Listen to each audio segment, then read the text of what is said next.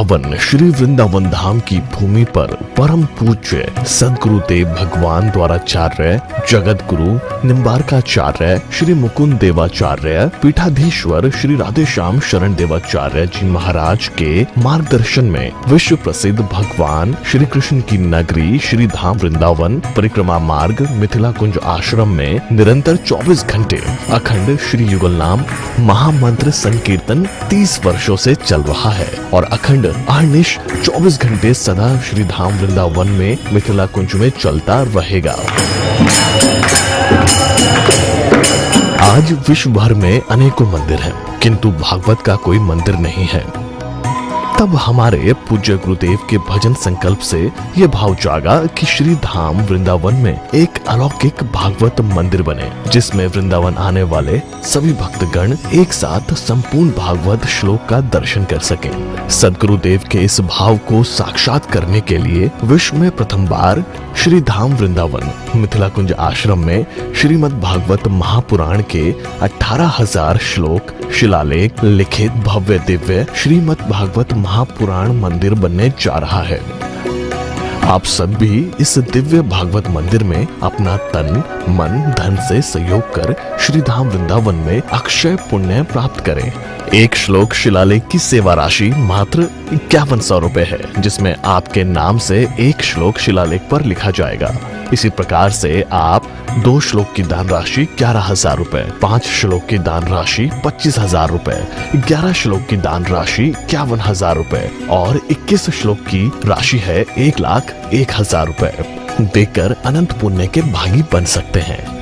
कहा गया है कलयुग केवल नाम आधारा। हम सब भी श्री धाम वृंदावन में अपने नाम से या अपने पूर्वजों के नाम से या घर में समस्त विघ्न बाधाओं को दूर करने के लिए श्री धाम वृंदावन में अखंड संकीर्तन कराने का अलौकिक पुण्य प्राप्त कर सकते हैं। साथ ही आपके द्वारा प्रदान किया गया सेवा राशि से हरि नाम संकीर्तन के साथ साथ संतों का भोजन एवं गौ माता के लिए गौग्रास समर्पित किया जाएगा। आप निम्न राशि प्रदान कर सदस्यता ग्रहण कर सकते हैं। एक दिन का संकीर्तन राशि मात्र 1,500 रुपए, एक माह का संकीर्तन राशि मात्र 15,000 रुपए, 12 माह की संकीर्तन राशि मात्र 21,000 रुपए से आपके नाम से निरंतर अखंड श्री युगल नाम हरि नाम संकीर्तन के साथ साथ साल के 12 माह में 12 दिन 12 संतों का भोजन गौग्रास आदि सेवाएं आपके मरणोपरांत भी चलते रहेंगे।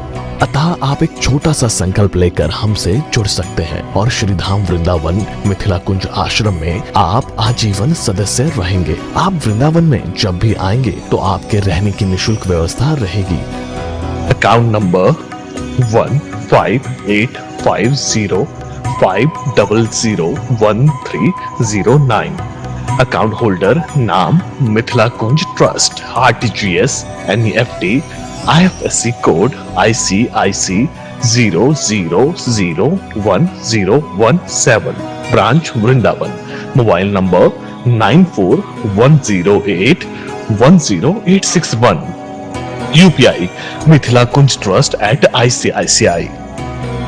ये संस्था 80G के अंतर्गत कर मुक्त है, जिसके द्वारा आप अपने दान पर टैक्स की छूट प्राप्त कर सकते हैं। आपके दान राशि की रसीद आपको बाय पोस्ट संस्था द्वारा भेजी जाएगी। साथ में आपको संस्था का प्रमाण पत्र भी दिया जाएगा। आइए हम सब मिलकर इस दिव्य भागवत मंदिर में अपना तन मन धन से सहयोग कर श्री धाम वृंदावन में एक अलौकिक भागवत श्लोक मंदिर का निर्माण करें। अधिक जानकारी के लिए संपर्क करें और मिथिला कुंज आश्रम से जुड़ने के लिए फेसबुक, यूट्यूब और इंस्टाग्राम मिथिला कुंज ऑफिशियल पेज को फॉलो करें।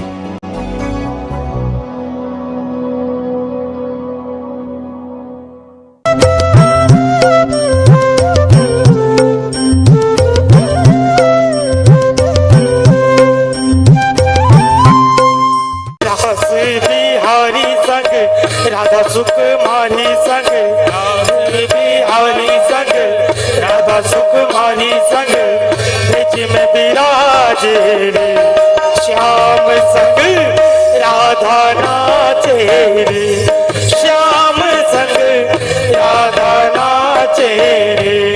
अरे नाचे रे नाचे गोकुल में देखो वृंदावन में देखो रे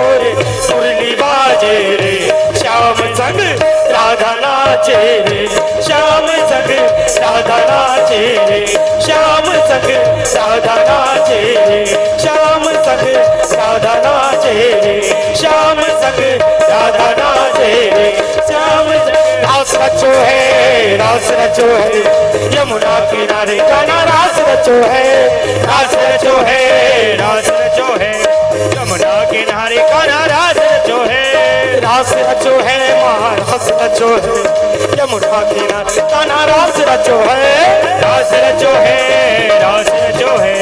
यमुना किनारे हरि रास रचो है महारास रचो है यमुना किनारे कान्हा रास रचो है यमुना किनारे हरि रास रचो है महारास रचो है यमुना किनारे कान्हा रास रचो है यमुना किनारे कान्हा रास रचो है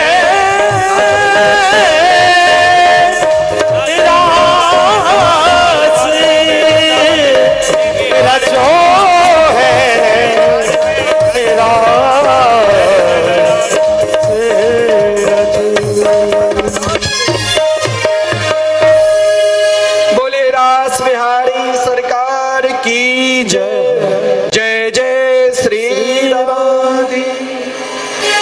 यमुना के पावन तट पर श्री कृष्ण ने समस्त गोपियों के साथ रास की आदरणीय श्रीमान परीक्षित जी ने आदरणीय श्रीमान सुखदेव जी से प्रश्न किए कि भगवान धर्म की स्थापना करने वाले प्रभु क्या इस प्रकार उन गोपियों के साथ रास करना चाहिए। देखिए रास की कथा या रासलीला के श्रवण करने मात्र से हृदय की जो रोग है समस्त हृदय रोग नष्ट हो जाते हैं। आप सब पुनः शांतिपूर्वक जिस प्रकार आप शांतिपूर्वक बैठकर कथा अमृत का रसास्वादन कर रहे थे उसी प्रकार पुनः बैठकर आइए हम सब अब भागवत में प्रवेश करते हैं। और आज तो आप बड़ा सुंदर दिव्य श्री कृष्ण रुक्मिणी मंगलमय विवाह उत्सव तक तो आज प्रसंग को ले जाना है और हम सब दर्शन भी करेंगे उन झांकी की।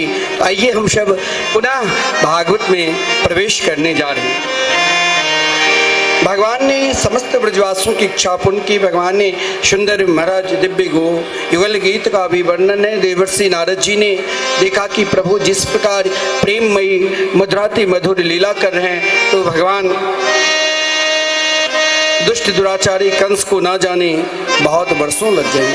इसलिए आज देवर्षि नारद जी ने जिस समय भगवान ने केसी नाम के असुर को उद्धार किया तो देवर्षि नारद जी ने सोचा प्रभु तो अभी ब्रज में इस प्रकार आनंद में मस्त हो गए कि पता नहीं कब कंस का उद्धार करें। आज देवर्षि नारद जी कंस के पास आया क्योंकि कंस जैसे दुष्ट कंस जैसे पापी वो भी देवर्षि नारद जी को आदर करते थे। संत को आदर चाहे महाराज नास्तिक हो चाहे आस्तिक हो, वास्तविक जो संत महापुरुष है भगवान के नाम जापक है उनको सब आदर करते हैं सब सम्मान करते हैं क्योंकि उनको स्वयं अपना स्वार्थ नहीं है। वो तो निरंतर भगवान की महिमा को बढ़ाते हैं भगवान की उपासना करते हैं।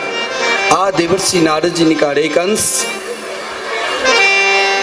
तू बहुत पापी हो दुराचारी हो। मैंने तेरे उनके जीवन में देवर्षि नारद जी 3 बार आए थे। प्रथम बार जब उनके पिता महाराज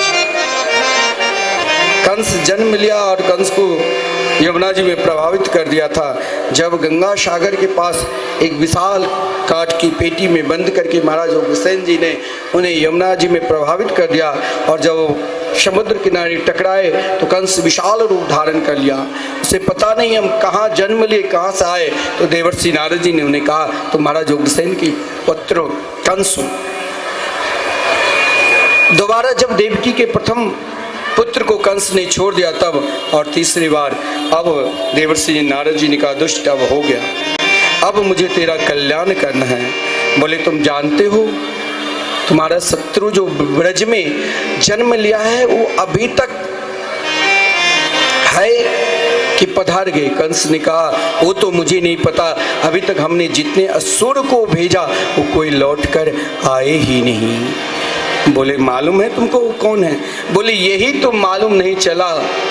बोले वही तो जो इस समय नंद बाबा के यहाँ नंद के लाला यशोदा के लाला बनकर विराजमान कृष्ण के रूप में है, और महाराज देवकी के सातवें संतान जो रोहिणी के पुत्र के रूप में विख्यात है, बलदेव के रूप में, वो आज वृंदावन में रास रचा रहे गोपियों के साथ।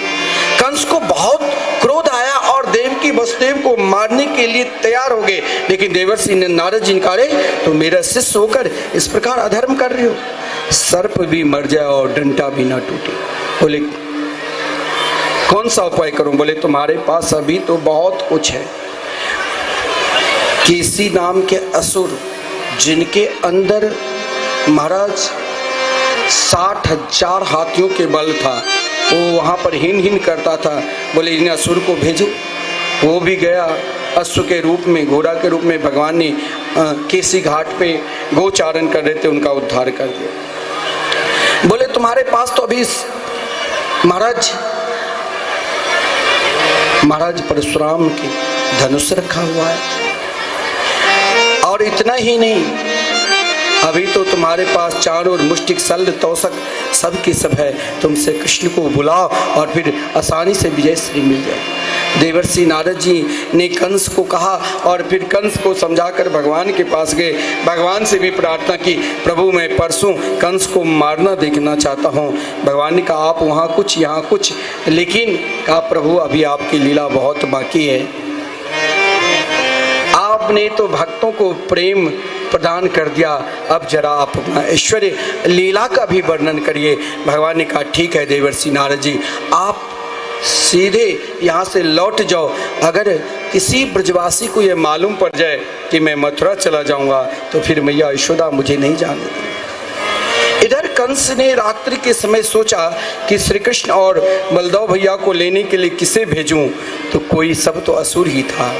लेकिन मथुरा में जिसके हृदय में विश्वास रहता है कि श्री कृष्ण हमें जरूर दर्शन देंगे, चाहे आज दर्शन दे, चाहे 10 वर्ष के बाद दर्शन दे, चाहे 10 जन्म के बाद दर्शन दे, लेकिन हम तो उनके दर्शन करके ही रहूँगा।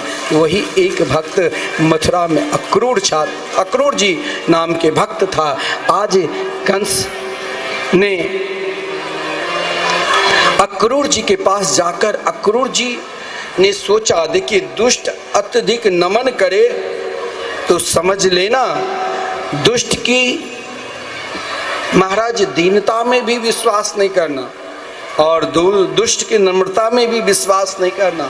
अक्रूर जी ने सोचा ये तो महादुष्ट, महाअधर्मी, महापापी है, आज ये मेरे द्वार पर आया है।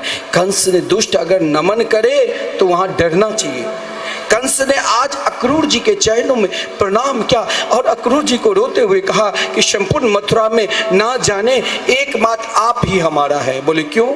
बोले जानते हो आज से 25-30 वर्ष पूर्व जो आकाशवाणी हुई थी कि देवकी के अष्टम संतान मेरे लिए काल होगा, वो तो मेरा काल इस समय वृंदावन में रास रचा रहे हैं और नंद बाबा यशोदा जी के पुत्र बने हुए हैं। आप किसी तरह जैसे हो ये लो मेरा सोना की रथ, और इस रथ पर बैठाकर कहीं देवकी के पुत्र को ला दो। अक्रूर जी ने कंस को बहुत समझाया कि अत्यधिक मनोरथ ही नहीं करना चाहिए, जहां तक स्तर हो, जहां तक क्षमता हो वहीं तक मनोरथ करना चाहिए। तुमने तो बहुत मनोरथ करके देख लिया, तुमने तो यहां तक मनोरथ किया कि हम महाराज अमर हो जाएंगे क्योंकि जरासंध मेरे ससुर है। लेकिन तेरा मनोरथ ये बताओ, अभी तक जितने असुर को भेजा कोई लौट कर आया? बोले यही तो समस्या है, कोई लौट कर नहीं। अब हम चाहते हैं उसे बुलाकर, आप बुलाने के लिए जाओ। अक्रूर जी तैयार नहीं हुए, फिर भी कहा इस दुष्ट के हाथ से क्यों मरूं। अक्रूर जी ने हाँ भर लिया। आज श्री कृष्ण जिस दिन अक्रूर जी मथुरा से वृंदावन चलते हैं, श्री कृष्ण की अवस्था 11 वर्ष 52 दिन के हो चुके थे और 53वें दिन वृंदावन से मथुरा की ओर प्रस्थान करेंगे। अक्रूर जी मार्ग में रथ का वेग हवा की वेग की तरह, और मथुरा से वृंदावन मात्र 9 किलोमीटर। लेकिन अक्रूर जी के ध्यान देखो, अक्रूर जी के प्रेम देखो। आपके हृदय में प्रेम है भगवान की कथा सुनने की, तो आप वैसे घर में बैठो, नीचे जमीन पर तो आजकल लोग 10 मिनट आधी घंटा भी नहीं बैठ पाते हैं। लेकिन जब आप भगवान की कथा में सही में आपको मन लगने लग जाएगा, तो फिर देह की सुधि नहीं रहेगी, फिर देह की याद ही नहीं करोगे, तो फिर तो भगवान की कथा की याद करोगे। 3-3 घंटे 4 घंटे निकल जाते हैं, पता भी नहीं चलता है, थकान भी नहीं होता है, पैर भी नहीं थकता है। क्यों? क्योंकि इस समय ये देह भगवान से जुड़ चुके हैं, उनसे प्रेम हो चुका है। तो अक्रूर जी भी जब रथ पर बैठकर, रथ वायु के वेग हवा की वेग की तरह चलने वाले रथ, लेकिन प्रातः काल ब्रह्म मुहूर्त में मात्र 9 किलोमीटर मथुरा से वृंदावन, मुश्किल से मुश्किल 10 मिनट लगते। लेकिन अक्रूर जी प्रातः काल चला और मन में सोचा, क्या श्री कृष्ण हमें दर्शन देंगे? वो तो हमें दर्शन नहीं देंगे। कहीं कंस के दूत जानकर कृष्ण हमसे अपना मुख तो नहीं मोड़ लेंगे।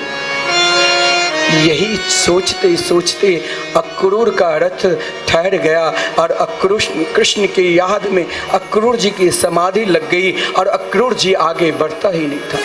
धीरे धीरे फिर दूसरा भाव जगा हृदय में, नहीं, श्री कृष्ण तो बहुत दयालु है, बहुत बड़े कृपालु है, वो जरूर हमसे मिलेंगे, जरूर हमें चाचा कहेंगे, जरूर हमें हृदय से लगाएंगे।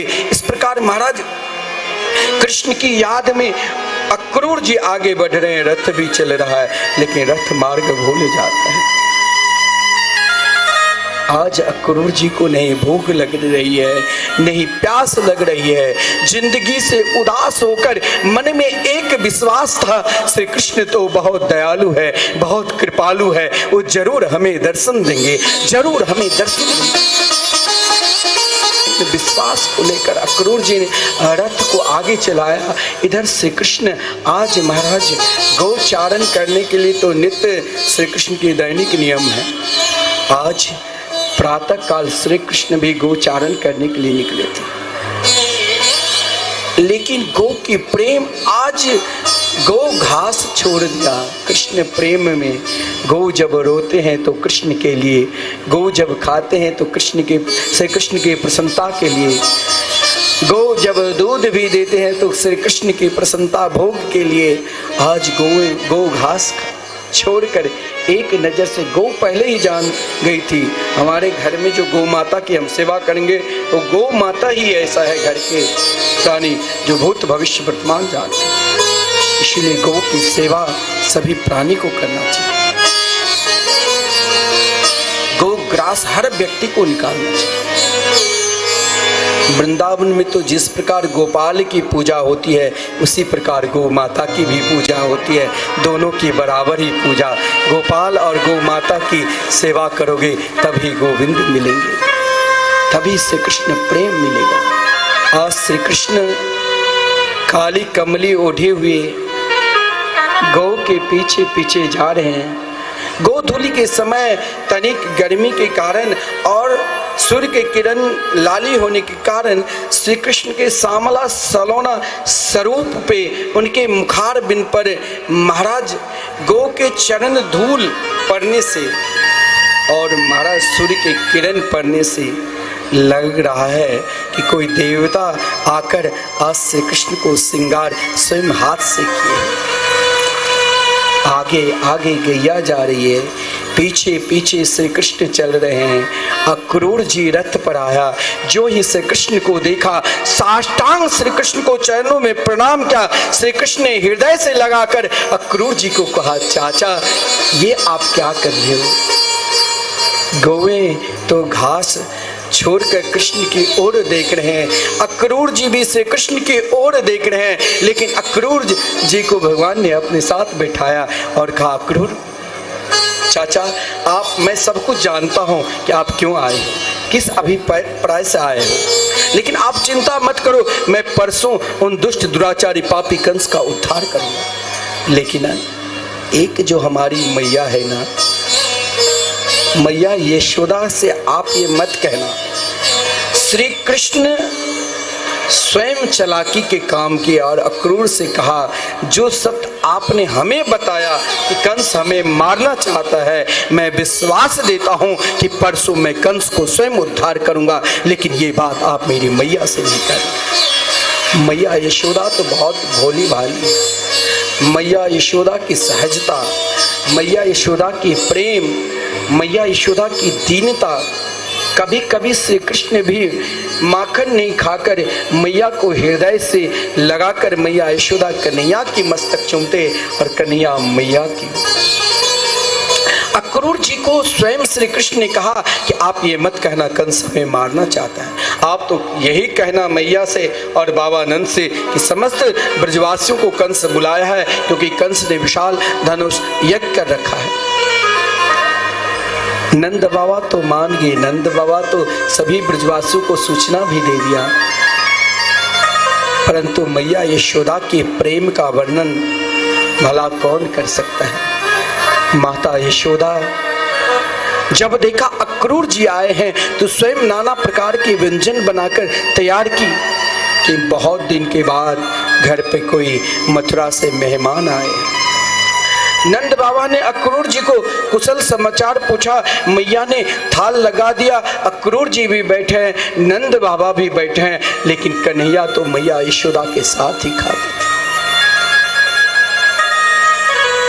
नंद बाबा अक्रूर जी में चर्चा हुई, लेकिन आज अक्रूर जी ने एक गलती कर दी कि मैया अभी सुबह से जब तक कन्हैया को माखन नहीं खिला देती तब तक मैया कुछ खाते नहीं। अक्रूर जी ने कहा, श्री कृष्ण को लेने के लिए हम आए, कहाँ तो कंस ने अपना रथ भेजा।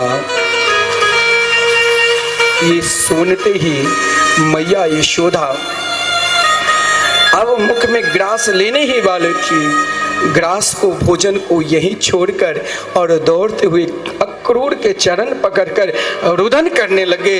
अक्रूर, यदि मेरा प्राण चाहिए तो मैं अपने प्राण को दे सकती हूँ, लेकिन मैं अपने प्राण प्रिय कृष्ण को नहीं दे सकती। हे अक्रूर, तुम्हें जो चाहिए मैं सब कुछ दे सकता हूँ, लेकिन मेरे प्राण कंस को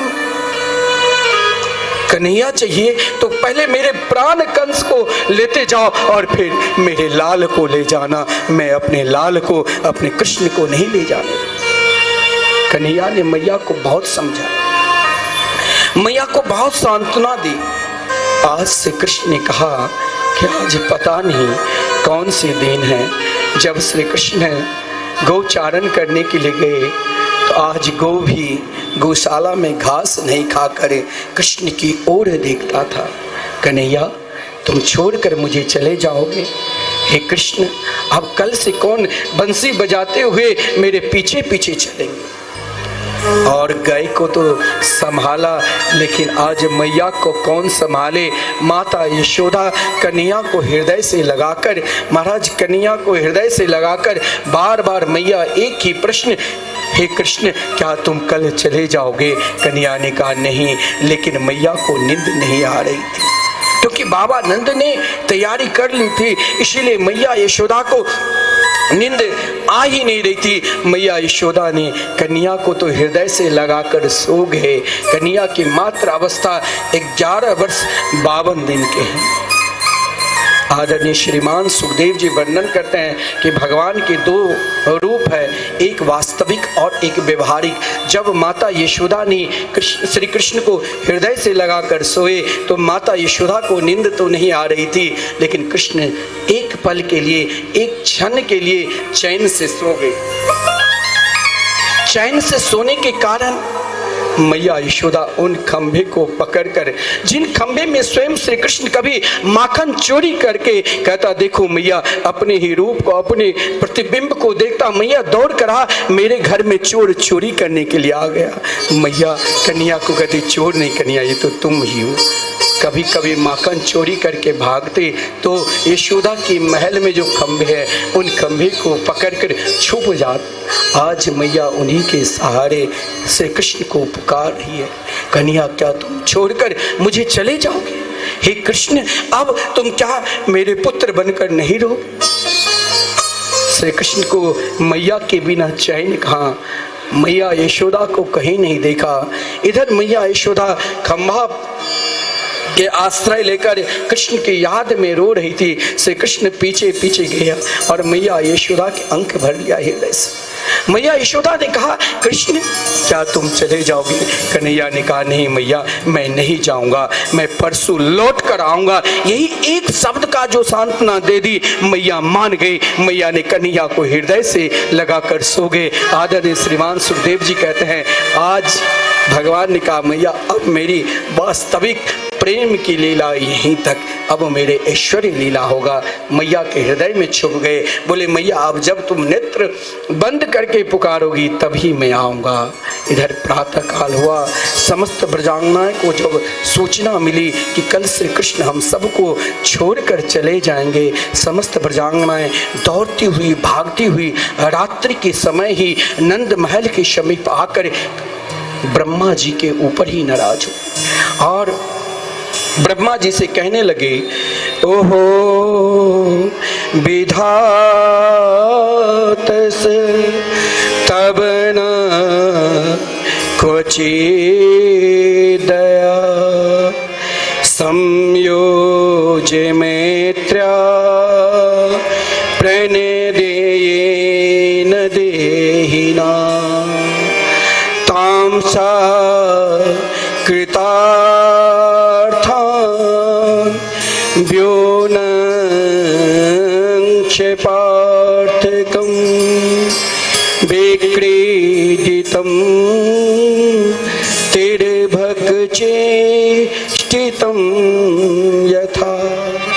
उन गोपियों ने विधाता से कहा, हे विधाता, तुमने किससे भेजा? मैंने सुना है वो व्यक्ति अक्रूर नाम के आया है और अक्रूर व्यक्ति आज मेरे लिए तो क्रूर हो गए। वो अक्रूर नहीं, तुम तो पहले हृदय में प्रेम प्रकट करवा दिया। आज जब मैंने अपने कृष्ण को पहचाना तो तुम उससे मुझे दूर कर रहे हो। विधाता को प्रकोप कर रही थी। उसी समय महाराज अक्रूर जी रथ चलाते हुए महाराज बाहर निकले। किसी ब्रजांगनाएं ने तो रथ को पकड़ लिया, किसी ने तो कुछ देखा ही नहीं, एकमात्र श्री कृष्ण की ओर देखने लग गई। श्री कृष्ण भी रथ से उतरकर उन गोपियों को भी सांत्वना दी कि मैं परसों जरूर आ जाऊंगा। ब्रज में परसों शब्द इसीलिए नहीं बोलते हैं, कल की परात बोलेंगे। क्यों? क्योंकि भगवान परसों बोलकर उन गोपियों को भी सांत्वना दी और रास रासेश्वरी राधा रानी को भी कहा, ये लो ये बंसी, लो ये काली कमली। अब हे रास रासेश्वरी राधा रानी, आप तो सबको जानती ही हो कि मेरा प्रेम लीला जहाँ तक जिस स्तर तक प्राणी मात्र का प्रवेश था उन लीलाओं को मैंने दर्शन करा दिया। अब आगे से मेरा ऐश्वर्य लीला प्रारंभ होगा। हे रास रासेश्वरी, आप समस्त भक्तों का प्रेम का दान करिए। इधर महाराज रास रासेश्वरी राधा रानी ने शांत चित्त मौन होकर कृष्ण की बात सुन रहे थे और कहा, जाओ कन्हैया, अगर मथुरा में रहकर तुम्हें सुख मिले, प्रसन्नता मिले तो तेरे याद में मैं जीवन पर्यंत रो लूंगी, लेकिन मैं कभी मथुरा नहीं आऊंगी। श्री कृष्ण रथ पर बैठ गए। अक्रूर ने रथ चलाना प्रारंभ कर दिया, लेकिन माता तो माता होती है। माता यशोदा बिलखती हुई, रोती हुई, कभी जोर जोर से पुकार रही है, कृष्ण एक क्षण के लिए ही, कृष्ण ठहर जाओ कन्हैया, ठहर जाओ कन्हैया, ठहर जाओ। अरे अक्रूर तुम रथ रोको। मैया यशोदा के हाथ में माखन। आज मैया कभी महाराज गिरती है, कभी उठ कर संभल जाती है, कभी माखन की कटोरी लेकर आ रही है कि कन्हैया को प्रातः काल ही भूख लगती है, मथुरा में ना जाने कौन उन्हें माखन खिलाएंगे। मैया दौड़ती हुई भागती हुई कि हे अक्रूर एक क्षण के लिए मेरे कृष्ण को दर्शन करा दो। जो ही मैया की ये दशा को देखा, श्री कृष्ण रथ से उतरकर मैया को हृदय से लगा लिया और कहा, मैया यशोदा। मैया यशोदा ने कहा कि कन्हैया, मुझे पता नहीं कि तुम वसुदेव का कुमार हो, तुम देवकी का पुत्र हो। मुझे आज मालूम पड़ा तुम देवकी नंदन हो, तुम वसुदेव नंदन हो, लेकिन तुम मथुरा जा रहे हो तो जाओ, लेकिन मैंने एक मटके के कारण हे कृष्ण मैंने तुम्हें उखल में बांधा, ये कभी तुम देवकी को मत बताना। भगवान ने कहा, कौन कहते हैं कि मैं यशोदा के लाल नहीं हूँ, नंद नंदन नहीं हूँ। मैया आज तक मुझे कोई बांध सकता नहीं, मैं तो सबको बांधता हूँ, लेकिन प्रेम की प्रतीक माता यशोदा ही मुझे बांध सकते हैं। मैया यशोदा ने माखन दिया, अक्रूर जी ने रथ चलाए। जब तक रथ की ध्वजा दिखाई दी तब तक तो सब महाराज सुरक्षित रहा, लेकिन रथ के ध्वजा बंद हुआ, सब मूर्छित हो गए। महाराज रथ चल रहे हैं, अक्रूर जी श्री कृष्ण, अक्रूर जी के हृदय में भी श्री कृष्ण के प्रति विरह, उन गोपियों की दशा के देखकर विरह आ गए। आज केवल मैया यशोदा ही नहीं रो रही है, आज केवल गैया भी नहीं रुदन कर है, जो श्री कृष्ण के साथ चले नंद बाबा ग्वाल बाल सब रो रहे हैं, वृक्ष भी रो रही है, वहाँ की लता पता भी रो रहे हैं कृष्ण के लिए। सब यही कहते हैं, जाओ कन्हैया, जहाँ तुम्हें सुख मिले वही रहना, तेरी याद में मैं जीवन पर्यंत रो लूंगी। सब पुकार रहे हैं, क्या? छोड़ वृंदा विपिन कुंज यमुना पुलिन श्याम मथुरा चले, श्याम मथुरा चले। छोड़ वृंदा विपिन कुंज यमुना पुलिन श्याम मथुरा चले, श्याम मथुरा चले, श्याम मथुरा चले, श्याम मथुरा चले।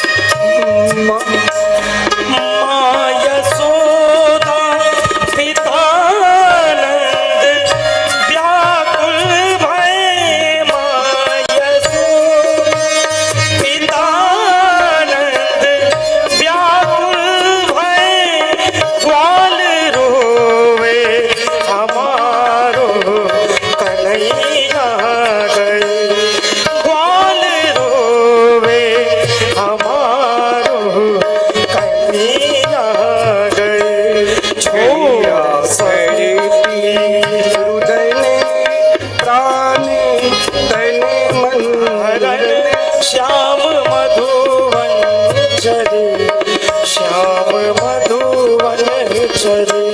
छोड़ वृंदा विपिन कुंज यमुना पुलिन श्याम मधुवन चले, श्याम मधुवन चले।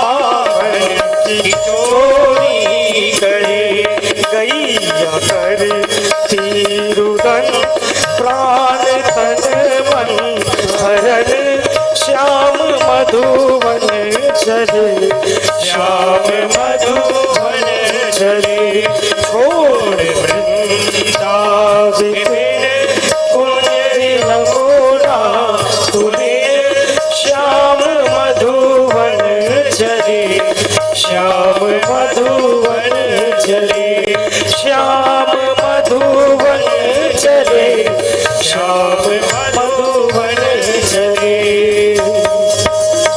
यमुना जी में जहाँ ज्यों ही अक्रूर जी ने डुबकी लगाया, उनके साथ भगवान भी डुबकी लगाए। और वृंदावन के रसिक संत कहते, देखो हमारे श्याम सुंदर कन्हैया वृंदावन को छोड़कर कभी जाते ही नहीं। अगर वो वृंदावन को छोड़कर चले जाते तो आप दुनिया में कहीं घूम लो, जो प्रेम श्री धाम वृंदावन में मिलेगा वो कहीं मिलेगा नहीं। क्योंकि आज भी श्री कृष्ण डुबकी लगाए अक्रूर घाट पे, और कहते हैं कि शीरे किसी घाट में ऊपर होकर निधि वन में प्रवेश कर गए।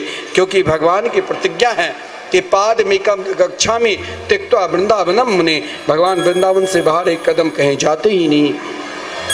अक्रूर जी ने बार बार वही रूप को देखा। अंत में भगवान की सुंदर स्तुति की। भगवान ने अपने अक्रूर जी की स्तुति से प्रसन्न होकर अक्रूर जी के अपने समस्त ऐश्वर्य रूप का भी दर्शन करा दिया। इधर महाराज जब मथुरा प्रवेश के मथुरा के समस्त नर नारी, चाहे कंस ने आदेश दे दिया था कोई स्वागत न करे, लेकिन सब जानते थे श्री कृष्ण की क्या प्रभाव है। जब अक्रूर जी ने श्री कृष्ण से कहा प्रभु चलो मेरी कुटिया पे, तो भगवान ने कहा जब तक मैं कंस का उद्धार नहीं करूंगा तब तक किसी की कुटिया में महल में जाऊंगा ही नहीं। मथुरा में प्रथम दिन जब श्री कृष्ण प्रवेश की तो मथुरा के समस्त नन्हे नन्हे छोटे छोटे बालक और वृंदावन के बालक पहले ही पहुंच चुके थे ग्वाल बाल मसानी क्षेत्र में, जहाँ नंद बाबा ने सारी व्यवस्था की थी। महाराज वहाँ भगवान के बहुत सारे सखा हो गए। अब अपने सखाओं के साथ मथुरा की नगरी को देखने के लिए श्री कृष्ण निकल पड़े। मथुरा नगरी में जहाँ जहाँ गए सब श्री कृष्ण के स्वागत की, क्योंकि आज कन्हैया के रूप माधुरी को देखकर सब धन्य धन्य मानते थे। जिस क्रम में यमुना किनारे कंस ने सोचा होगा मन में कि मुझे विजयश्री मिलेगी, तो अपने समस्त मित्रों को भी बुला लिया था। उनके लिए वस्त्र की व्यवस्था कर रहे थे। बड़े बड़े रंगरेज जो सुंदर सुंदर वस्त्र तैयार कर रहे थे। श्री कृष्ण के सखाओं ने कन्हैया से प्रार्थना की वस्त्र बहुत सुंदर है। ग्वाल बालों ने कहा जरा हमें भी राजा महाराजाओं के वस्त्र पहना दो। श्री कृष्ण ने उन रजक से कहा कि महाराज ये हमारे मित्र है मथुरा के वृंदावन के, इन दोनों मित्रों को आप वस्त्र दो।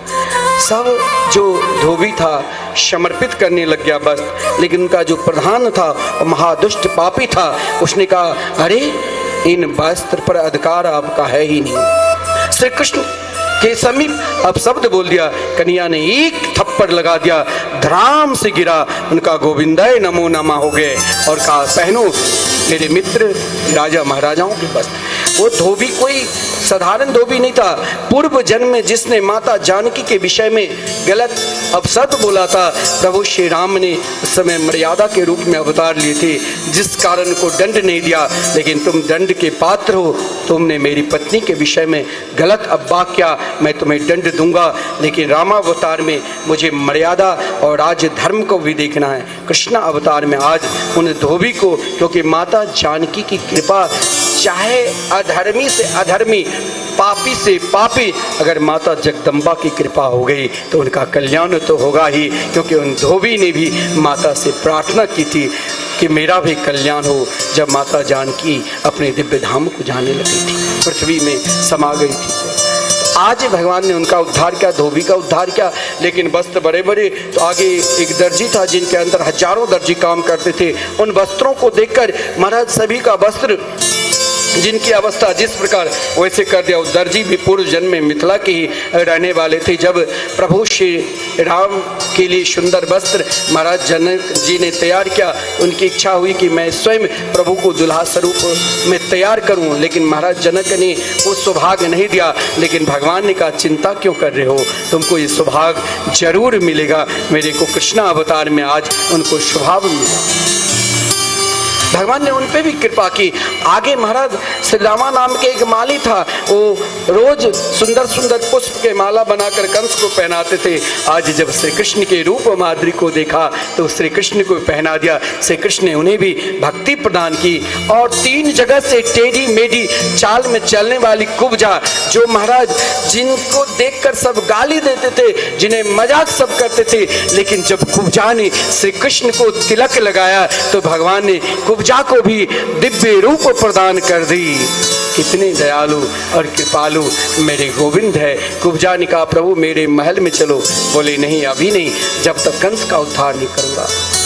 महाराज एक दिन पहले ही मथुरा में मंगलाचरण कर दिया। जहाँ धनुष रखा था वहाँ 13,000 सैनिकों को महाराज भगवान ने देखते ही देखते समाप्त कर दिए और धनुष को तोड़ दिया। कंस घबरा गए। महाराज कंस ने सोचा कि अब तो धनुष नष्ट हो गया, मुझे मरना पड़ेगा। लेकिन चाणूर मुष्टिक शल्य तोषक ने कहा चिंता मत करो, समस्त मथुरावासी उपस्थित है। जिसके हृदय में जैसा भावना है सब अपने भावना के अनुसार श्री कृष्ण के नाम रूप लीला धाम का चिंतन कर रहे हैं। उसी समय श्री कृष्ण आज महाराज वहाँ एक कोना में देवकी और वसुदेव जी भी जेल में बंद होकर देख रही है अपने पुत्र का प्रभाव। सामने 10,000 हाथियों के बल वाले कुबलिया पीठ नाम के हाथी गर्जना कर रहे थे। महाराज श्री कृष्ण और महाभारत ने कहा दोनों भाई को समाप्त कर दो, लेकिन श्री कृष्ण और बलराम ने देखते ही देखते कुबलिया पीठ नाम के हाथी को समाप्त कर दिया। महाराज कुबलिया पीठ हाथी के एक दांत श्री कृष्ण लिया, एक दांत से महाभारत को समाप्त कर दिया। अंदर जब प्रवेश किया कंस विशाल सिंहासन पर 18 हाथ ऊंचे सिंहासन पर बैठकर महाराज मल्ल युद्ध देखने के लिए बड़े बड़े पहलवान तैयार था। चाणूर मुष्टिक शल्य तोषक जिसके अंदर 60,000 हाथियों की बल है। चाणूर मुष्टिक शल्य तोषक ने श्री कृष्ण को अपने निकट बुलाकर कहा तो मुझसे युद्ध करो। श्री कृष्ण ने कहा भाई क्यों?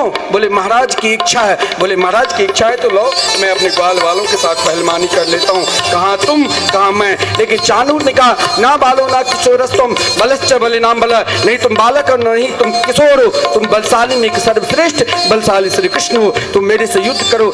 चाणूर ने श्री कृष्ण का हाथ पकड़ लिया और मुष्टिक ने बलराम को भगवान ने देखते ही देखते चाणूर मुष्टिक का उद्धार किया। आया सल तौसक देखते ही देखते 60,000 हाथों के बल वाले सल तौसक को उद्धार किया। और कंस ने विशाल 18 हाथ ऊंचे सिंहासन पर बैठे थे। भगवान ने छलांग लगाया और जैसे माता देवकी को अपमान किया था भगवान ने तुरंत कंस के बाल पकड़कर उन 18 हाथ ऊंचे सिंहासन से नीचे गिराकर कहा तुमने मेरी मैया को इसी प्रकार कष्ट दिया, दुष्ट इन कष्ट क्या होता है वो तुम देखो। और अपनी माँ को कह रहे भगवान देख मैया जैसे तुम्हें इस दुष्ट दुराचारी पापी अधर्मी ने कष्ट दिया मैं उसी प्रकार उनको दंड देता हूँ। भगवान ने देखते ही देखते कंस को समाप्त कर दिया। बोले कृष्ण कन्हैया लाल की जय। समस्त मथुरावासी सब के सब नाच रहे झूम रहे हैं। महाराज श्री कृष्ण ने सर्वप्रथम अपनी माता पिता को कारागार से मुक्त किए, महाराज अपने नाना को कारागार से मुक्त किए और मथुरा के राजा बनाए। लेकिन आज मथुरा में प्रथम बार उत्सव मना रहे। हम लोग भी भाव के साथ ताली सेवा करते हुए उन काली कमली वाले को आज देखने के लिए जो महाराज समस्त मथुरावासी को अपना मित्र बना लिया। आज उन काली कमली वाले कैसे ब्रजमंडल में वृंदावन में काली कमली ओढ़ कर रास करते थे। सब नाच रहे हैं, झूम रहे हैं, गा रहे हैं और कृष्ण के रूप माधुरी के रसास्वादन कर रहे हैं। केवल कंस की पत्नी रो रही है अस्थिर और प्राप्ति और रोती हुई सीधे पहुंच गई जरासंध के पास।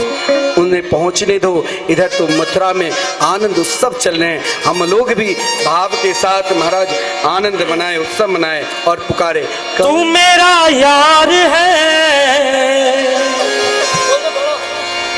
मेरा दिलदार है, तू मेरा यार है मेरा दिलदार है।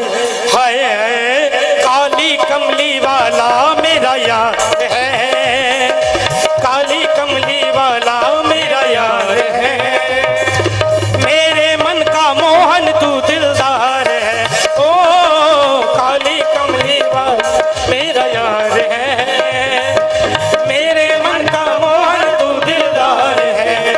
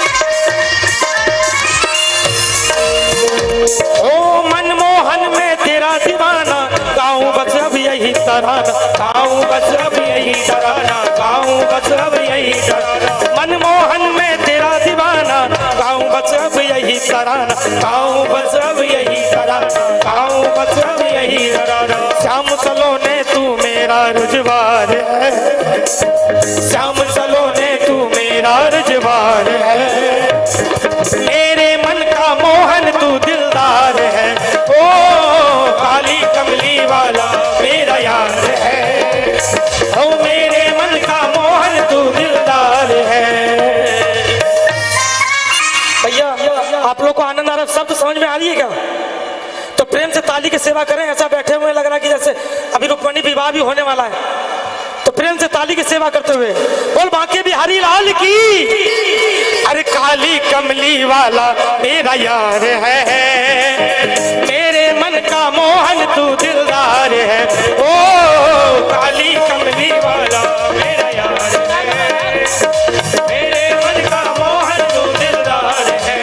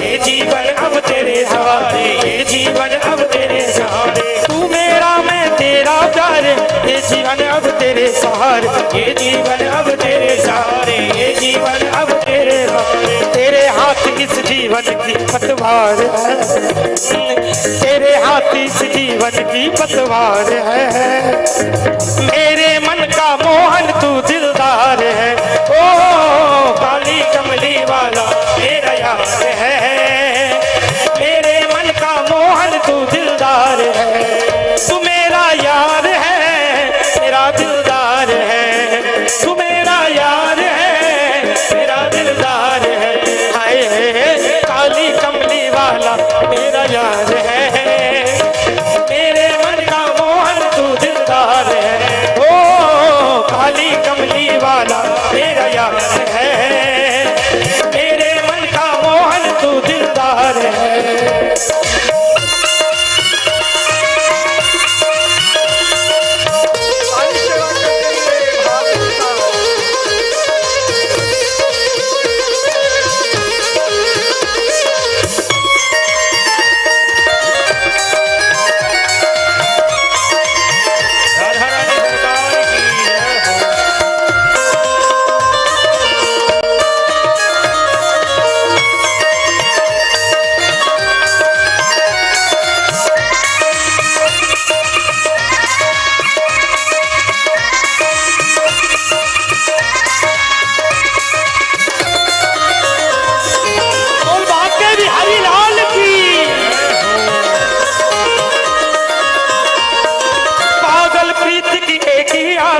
दर्द दिल दर्शन की प्यासा, दर्द दिल दर्शन का प्यासा, दर्द दिल दर्शन का प्यासा, पागल प्रीत की एक ही आशा, दर्द दिल दर्शन का प्यासा, दर्द दिल दर्शन का प्यासा, दर्द दिल दर्शन का प्यासा, तेरे हर वादे पे मुझे इतबार है, तेरे हर एक वादे पे इतबार है, मेरे मन का मोहन तू दिलदार है, ओ काली कमली वाला मेरा यार है, मेरे मन का मोहन तू दिलदार है, तू मेरा यार है, मेरा दिलदार है, तू मेरा यार है, मेरा दिलदार है, काली कमली वाला मेरा यार है, मेरे मन का मोहन तू दिलदार है, ओ काली कमली वाला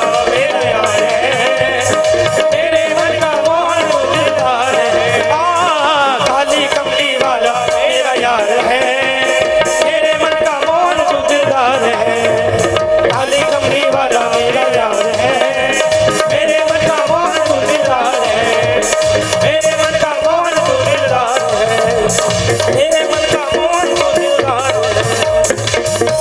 बोले वृंदावन बिहारी लाल की जय। जय जय श्री राधे।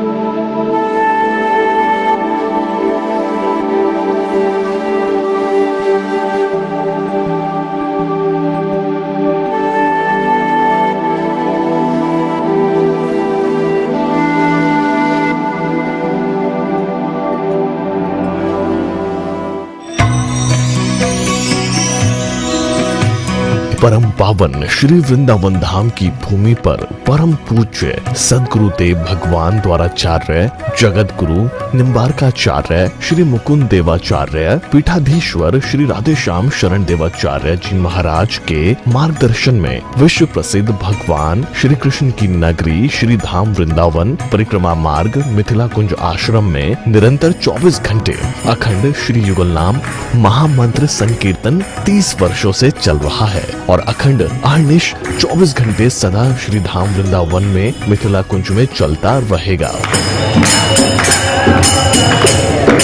आज विश्व भर में अनेकों मंदिर हैं, किंतु भागवत का कोई मंदिर नहीं है। तब हमारे पूज्य गुरुदेव के भजन संकल्प से ये भाव जागा कि श्री धाम वृंदावन में एक अलौकिक भागवत मंदिर बने, जिसमें वृंदावन आने वाले सभी भक्तगण एक साथ संपूर्ण भागवत श्लोक का दर्शन कर सकें। सदगुरुदेव के इस भाव को साक्षात करने के लिए विश्व में प्रथम बार श्री धाम वृंदावन मिथिला कुंज आश्रम में श्रीमद् भागवत महापुराण के 18,000 श्लोक शिलालेख लिखित भव्य दिव्य श्रीमद् भागवत महापुराण मंदिर बनने जा रहा है। आप सब भी इस दिव्य भागवत मंदिर में अपना तन मन धन से सहयोग कर श्री धाम वृंदावन में अक्षय पुण्य प्राप्त करें। एक श्लोक शिलालेख की सेवा राशि मात्र 5100 रुपए है, जिसमें आपके नाम से एक श्लोक शिलालेख पर लिखा जाएगा। इसी प्रकार से आप 2 श्लोक की दान राशि 11,000 रुपए, 5 श्लोक की दान राशि 25,000 रुपए, 11 श्लोक की दान राशि 51,000 रुपए और 21 श्लोक की राशि है 1,01,000 रुपए देकर अनंत पुण्य के भागी बन सकते हैं। कहा गया है कलयुग केवल नाम आधारा। हम सब भी श्री धाम वृंदावन में अपने नाम से या अपने पूर्वजों के नाम से या घर में समस्त विघ्न बाधाओं को दूर करने के लिए श्री धाम वृंदावन में अखंड संकीर्तन कराने का अलौकिक पुण्य प्राप्त कर सकते हैं। साथ ही आपके द्वारा प्रदान किया गया सेवा राशि से हरि नाम संकीर्तन के साथ साथ संतों का भोजन एवं गौ माता के लिए गौग्रास समर्पित किया जाएगा। आप निम्न राशि प्रदान कर सदस्यता ग्रहण कर सकते हैं। एक दिन का संकीर्तन राशि मात्र 1500 रुपए, एक माह का संकीर्तन राशि मात्र 15,000 रुपए, 12 माह की संकीर्तन राशि मात्र 21,000 रुपए से आपके नाम से निरंतर अखंड श्री युगल नाम हरि नाम संकीर्तन के साथ साथ साल के 12 माह में 12 दिन 12 संतों का भोजन गौग्रास आदि सेवाएं आपके मरणोपरांत भी चलते रहेंगे। अतः आप एक छोटा सा संकल्प लेकर हमसे जुड़ सकते हैं और श्री धाम वृंदावन मिथिला कुंज आश्रम में आप आजीवन सदस्य रहेंगे। आप वृंदावन में जब भी आएंगे तो आपके रहने की निशुल्क व्यवस्था रहेगी।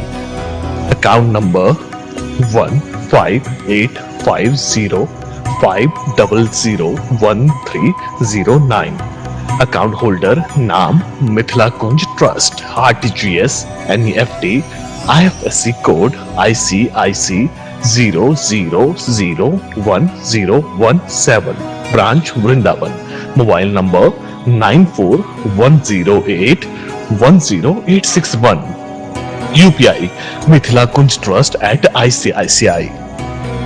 ये संस्था 80G के अंतर्गत कर मुक्त है, जिसके द्वारा आप अपने दान पर टैक्स की छूट प्राप्त कर सकते हैं। आपके दान राशि की रसीद आपको बाय पोस्ट संस्था द्वारा भेजी जाएगी। साथ में आपको संस्था का प्रमाण पत्र भी दिया जाएगा। आइए हम सब मिलकर इस दिव्य भागवत मंदिर में अपना तन मन धन से सहयोग कर श्री धाम वृंदावन में एक अलौकिक भागवत श्लोक मंदिर का निर्माण करें। अधिक जानकारी के लिए संपर्क करें और मिथिला कुंज आश्रम से जुड़ने के लिए फेसबुक, यूट्यूब और इंस्टाग्राम मिथिला कुंज ऑफिशियल पेज को फॉलो करें।